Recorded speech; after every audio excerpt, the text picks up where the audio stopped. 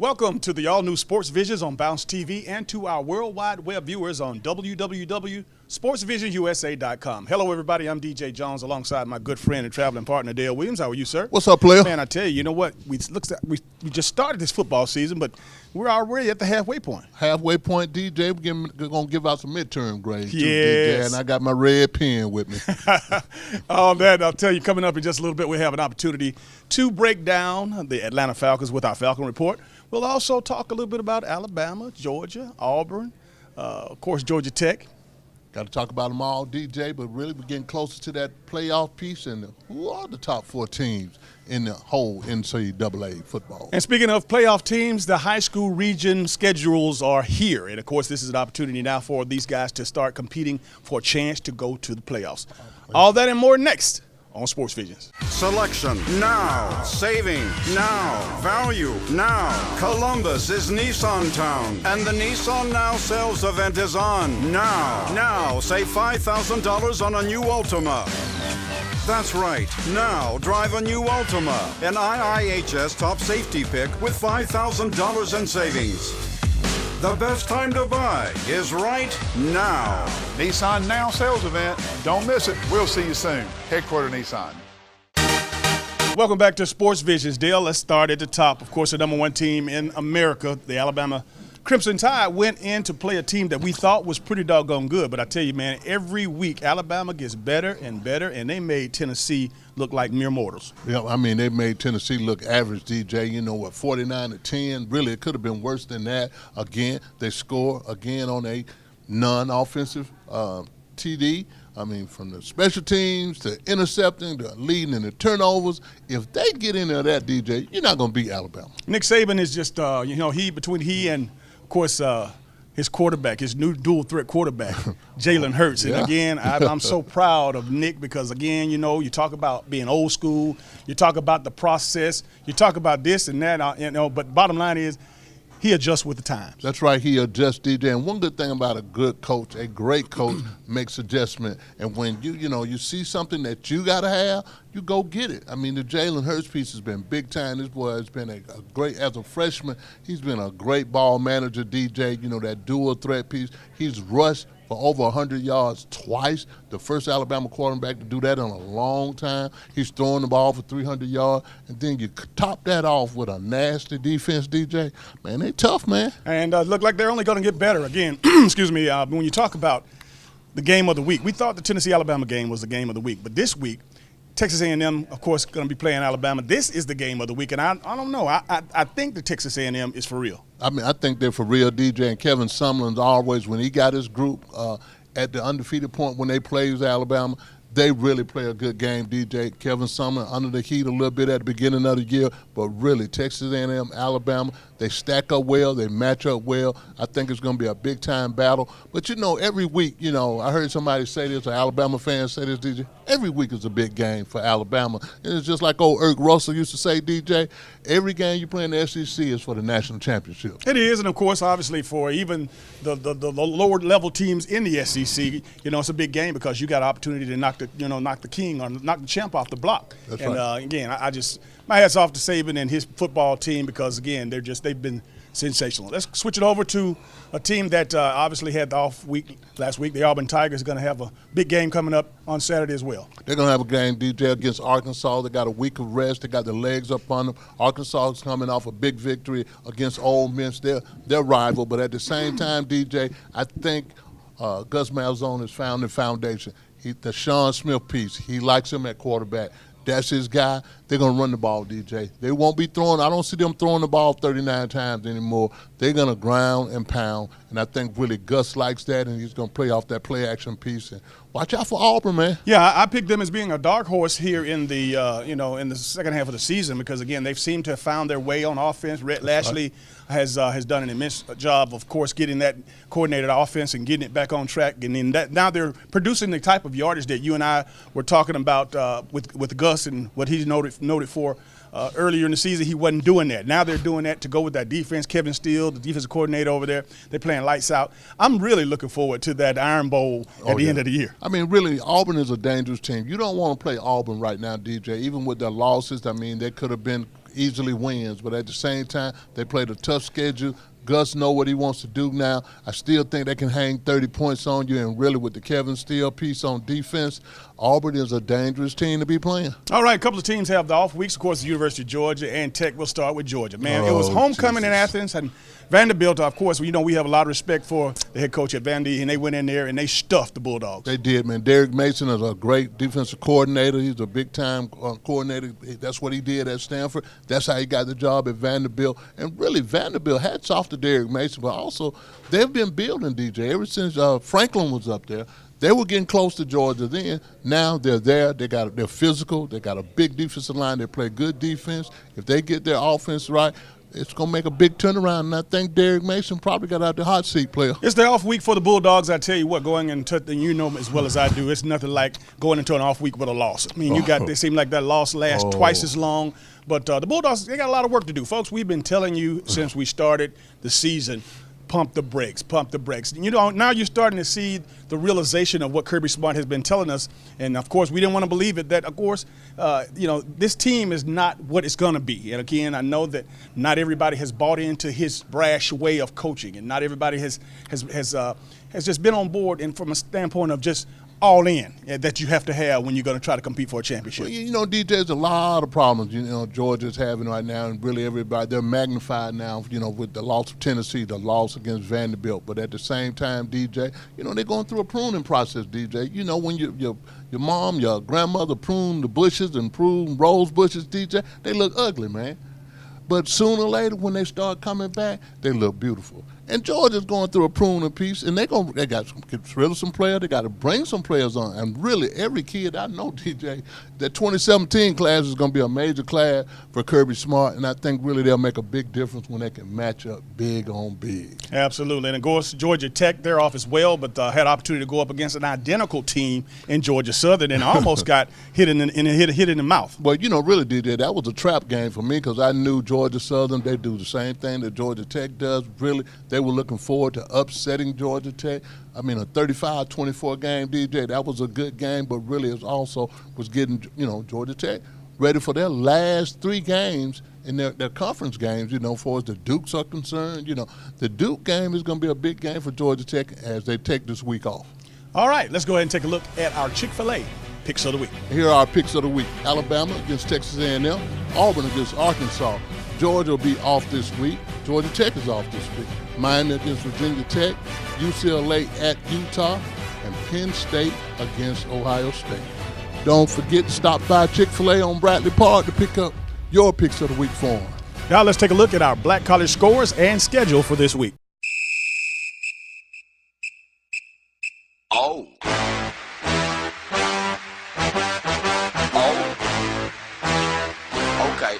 Okay.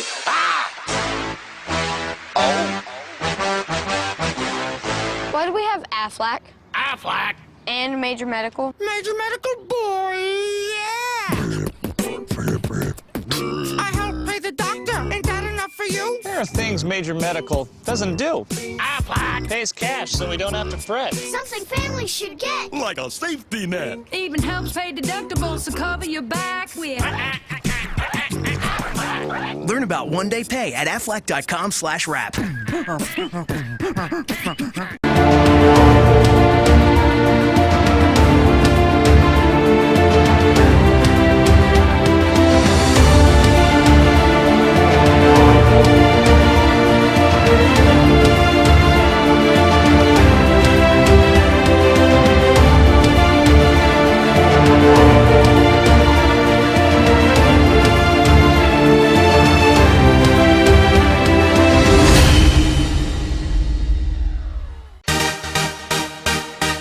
And welcome back to Sports Vision. It's now time for our Atlanta Falcons report. And again, I think for the West Coast trip deal, I think that the Falcons deserve a B+, maybe an A-. I think they went out and took care of business in Denver, and for the most part took care of business in the Pacific Northwest up in Seattle. However, you know, I hate to think that it came down to that last call, but that was a big call that the referees did not make. Well, you know, DJ, I'm going to give them an A-. And, you know, really to play, you know, on the road, you know, you played against Carolina, you beat them soundly. Then you play the Denver Broncos out there in Denver. You stay out there during the week, and then you play Seattle.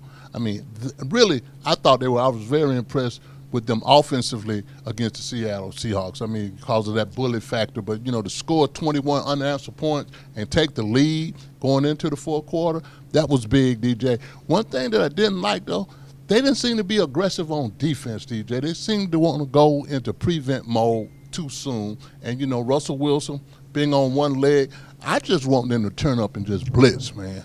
You know what? We're going to have the opportunity in the next segment to talk about some of the officiating, but I'll leave that. But the bottom line is, I think that the Falcon fans have something to be proud of, and I think that when you and I both started talking about the Atlanta Falcons coming into the season and back into the preseason, you know, we said that the Falcons had more to play for than just wins and losses. They got to play for the fans to buy seats in this new facility, and the way that they're playing, if this is the indication of how they're going to finish, I think that they're not going to have any problems filling that arena up. I don't think so either, DJ. I think really what they've been playing this year and thus far this year, they've been very impressive. I mean, Dan Quinn has done a great job. You know, the loss against Tampa Bay, they're going to wish they had that loss back. But really the Seattle piece, to be able to pull that game off, DJ, that would have been a big coup. But at the same time, they're playing respectable. The worst thing they can do is come home and lose their 2 home games in a row. They got to win all those games. They got to win before the bye week with them.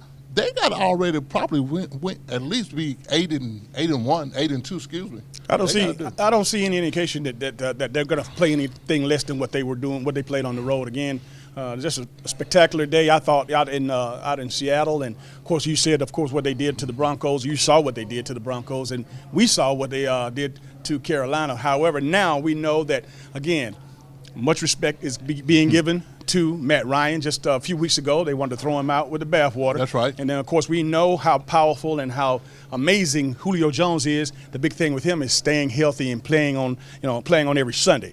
And again, the 2 dynamic running backs. Those are the 2 big stories, or 3 big stories in the NFL right now when you talk about Devontae Freeman and Tevin Coleman. I mean, you really, DJ, that's one thing. That's probably that's where they get the minus from, because they get an A, but an A-. I don't think they fed those guys enough. When they got the passing game rolling, they went up 21. I was looking forward for those running backs to start running and start giving the ball, run some clock. You know, Devontae Freeman, Coleman, hitting them out the backfield.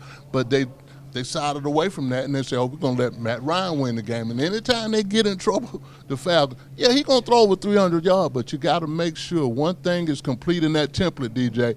They got to have 100-yard rushing or more. And if they got all that combination done right there, they're usually going to win. The greatest thing that's happened in the last couple of weeks is that the Falcons are coming back home to the Dome. That's San Diego's going to be in town, and I know San Diego has not been, lighting anything up, and of course, but they still are a professional football team. The last I heard, those players still get paid, and the Falcons can't let down. They can't let down, DJ. And like I said, one game at a time. I think really this is going to be a big bounce-back game for the Atlanta Falcons. They must beat the San Diego Chargers. Take one game at a time, DJ. They got 2 games at home stand, and they still don't get a bye, DJ, to game 11. So that's huge in itself. But to keep guys well and healthy and be able to kind of develop some guys, and they're getting better in the secondary, DJ. The younger guys are getting better in the secondary, but he's got to turn up and blitz when there's an opportunity to blitz. You know, I mentioned the grade, and you said, you gave him an A-. And the only reason I thought that I might give him a B+ is because, Eric Weems, a veteran special teams player, he hurt us. And I know that you and I both know that there's a young man from Central High School in Phoenix City by way of Arkansas State that actually was dressed and on the sidelines, but for whatever reason, he's on the practice roster, and it's looking more and more like he could very well be activated if they want to make a championship run, because Eric Weems is not panning out and being not just a return guy, but he's not even the cover guy on special teams that he once was. Not at all. I think that would be a great addition to put JD in there, and I think that would be big time, DJ. Really, I mean, this guy, veteran special team guy, good locker room guy. That's probably the only reason that they kept him on the team in the first place, DJ. But at the same time, you are taught in Pop Warner, If you returning punts, you put your feet on the 10-yard line, and you don't go backwards. If the ball go over your head, let it go. It's got a better chance of going in the end zone. You come out at the 20. But to catch the ball on the 3-yard line, hey, man, that's a bonehead mistake, player. And not only that, the fact that J.D. McKissick is a threat. And in the return game, a kickoff return, punt return, this guy can take it to the house. Now, we love Eric, and Eric has done a tremendous job over the years, but Eric is just not have the foot speed that you need to break the game open from a return standpoint. Man, we need to write that one in. We need to holler at Arthur when we're doing our walk around and say, hey, make sure JD gets in the game today, will you? All right. All right, let's go ahead and take a look at our Crown Royal picks of the week. All right, our Crown Royal picks of the week. We got the Chargers playing the Falcons in the Georgia Dome. The Saints against the Chiefs at Arrowhead. The Buccaneers are at the 49ers. Vikings against the Eagles. Patriots against the Steelers. The Giants against the Rams. And Seattle will go to Arizona to play the Cardinals. Don't forget to email Dale Williams at sportsvisionsusa.com by 12 o'clock on Sunday. Truth be truth, the will to win will win. So intimidate your darkest fear. Revive every forgotten fantasy. Set goals you can never reach, then reach them. Count cards to fight fate stack deck. And if you want to win as much as you want to live, you're ready to reign on. Live in the spotlight with Sports Life Entertainment. Enjoy our 50-passenger luxury party buses or corporate coaches. For more information, contact us at 770-989-1340. And remember, it's all about that sports life. And welcome back to Sports Visions. It's now time for our On the Wall segment. And you know as well as I do, Dale, we really enjoy doing this segment because we hear from so many of our viewers out there via the radio, of course, that you do on 106.5, the hip-hop with Edgar Champagne. Old school hip-hop. Old school hip-hop. Right. And, of course, DJ Chip, appreciate y'all, that big guy. We do our thing on iHeartRadio's Magic 1013 every day about 4:45 or so. But this week, everybody wants to talk about, again, the call that was made or that was not made in the Atlanta Falcons game, the final play of the game, that could have very well been the difference between a game-winning field goal and the loss. But, of course, the call was not made. Richard Sherman, the all-pro cornerback, was covering Julio Jones.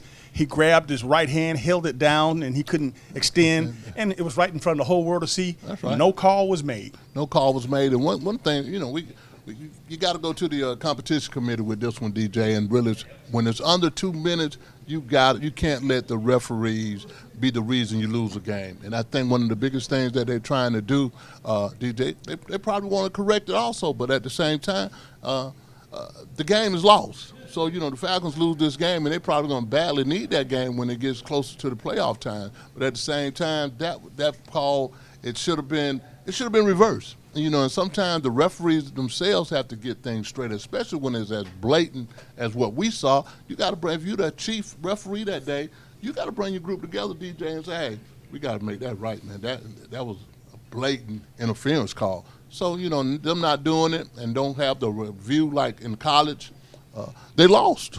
Very well said. I tell you, you know, you got a camera at every angle that's possible now in the National Football League. And when you talk about, you know, what this cost the Atlanta Falcons, I know that Quinn is telling his team to go on and move forward to have some more football to play. But you know what? They're on a roll, Dale. And, again, a victory on the road out there, again, would just do so much more for the momentum. I know that they're still on a roll and they're still feeling good about themselves, but I think that this could be real crucial. And we'll find out just on Sunday as to how they play because, again, these guys were just they were very impressive and they're just playing out of their minds. And, again, my thing is, again, with the officials, is that every sport, major sport there is, whether it's football, baseball, or basketball, when a player or a coach does something, they have repercussions. They get fined. That's right. You know, and you know, they get suspended. That's right. However, when an official makes a bad call, I think especially that position official who did not make the call, he should have some repercussions as well. They should be fined. They should be suspended.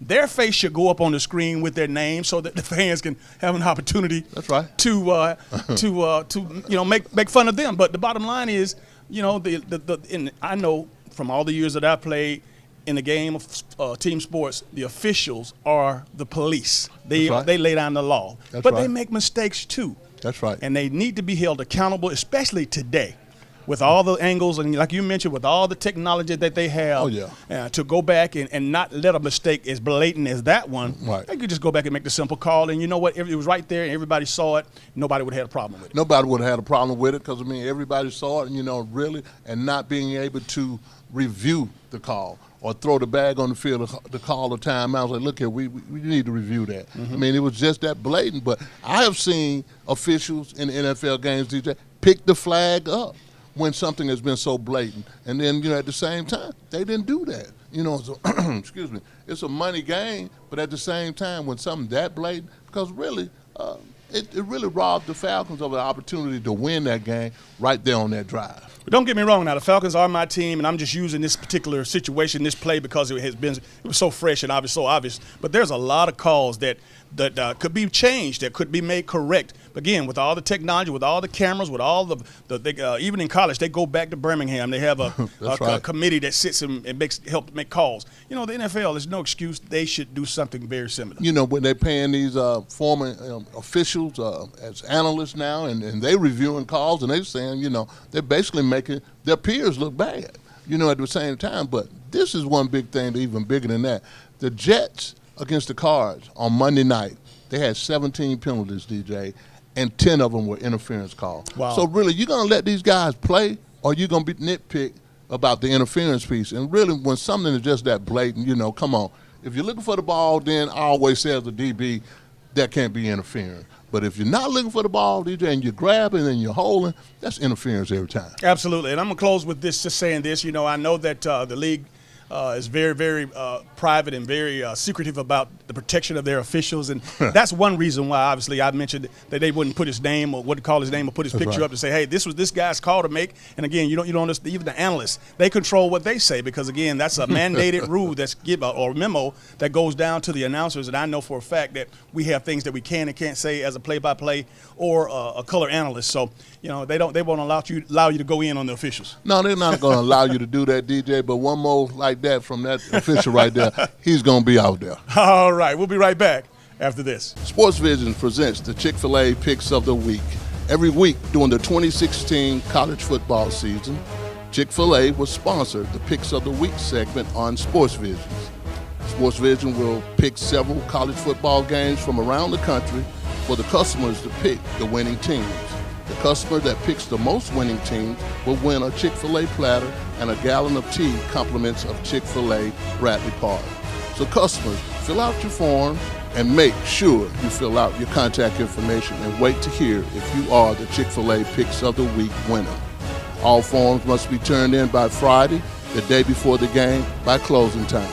The winner's name will be announced on Sports Vision the following week. So stop by Chick-fil-A on Bradley Park to pick up your form for the Chick-fil-A Picks of the Week. Why do we have Aflac? Aflac. And Major Medical? Major Medical, boy, yeah! I help pay the doctor. Ain't that enough for you? There are things Major Medical doesn't do. Aflac. Pays cash so we don't have to fret. Something families should get. Like a safety net. Even helps pay deductibles to cover your back with.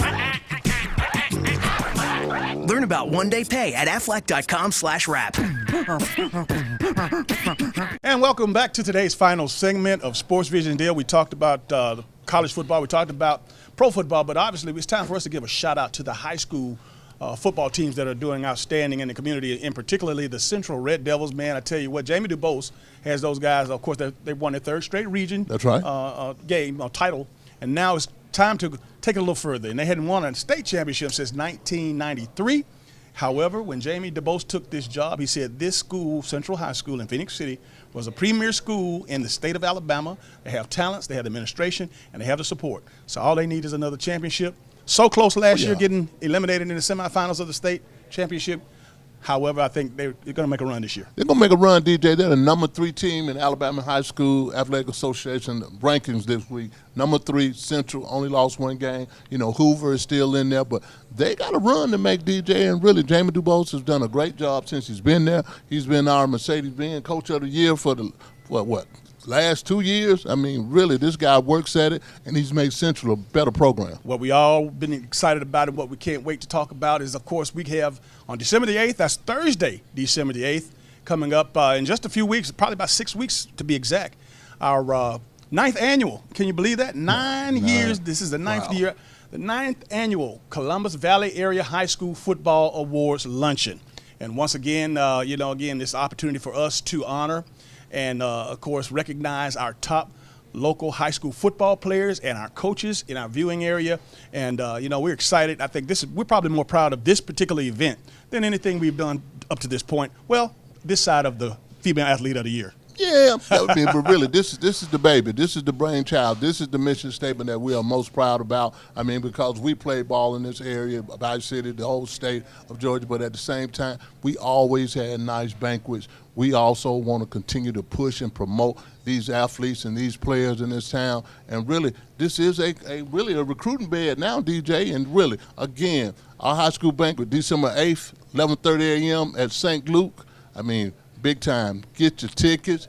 Want to be a sponsor? You can call Dale or either DJ or email us that you want to be involved in this great event. Absolutely. And again, did I tell you that Kirby Smart. Yeah. Man, I tell you, Kirby Smith. Kirby, I'm glad Kirby's not going to watch this one now. He probably watches a lot of. He ain't watching no TV this week, player. Definitely. Yeah, but Coach Kirby Smart, University of Georgia's head coach, he will be our speaker. And I know that a lot of Georgia Bulldog fans want to, and recruits and prospects want to hear what he has to say. I know it's going to be a few weeks away, and now the Dogs could make a run, but even if they don't, I'm going to be interested to see how Kirby takes his next step, how he explains it, and again, because he's an upfront, in-your-face kind of guy, and win or lose, he's going to show up and he's going to tell you what's on his mind. Well, really, the biggest thing about the banquet is for the kids. It's not for the coach. We had Nick Saban last year. We got Kirby this year. But at the same time, we want to honor and continue to promote our high school athletes. Well, I want to add to what you said. You're absolutely right. The coach, the guest speaker, is our favor and our present for the kids. Mm-hmm. But we know that this is, of course, an opportunity for us to do this on behalf of these great players that we have. And you know what, like you mentioned before, we're from here, and nobody could give it to you any better than a couple of local guys that grew up in this community, played Pop Warner football in this community as well as high school football, and so we can appreciate everything that's going on. And it's going to be big, and really, we appreciate all our corporate sponsors. And like I said, if you're interested in being a sponsor of this event or just buy a couple of tickets to come for these events, it's not about who's speaking. It's all about the high school kids, and we really want to honor them. All right. Well, that's going to do it for all the time we have for today's show. For Dale Williams, I'm DJ Jones, reminding you to keep your eye on the ball. Have a great week.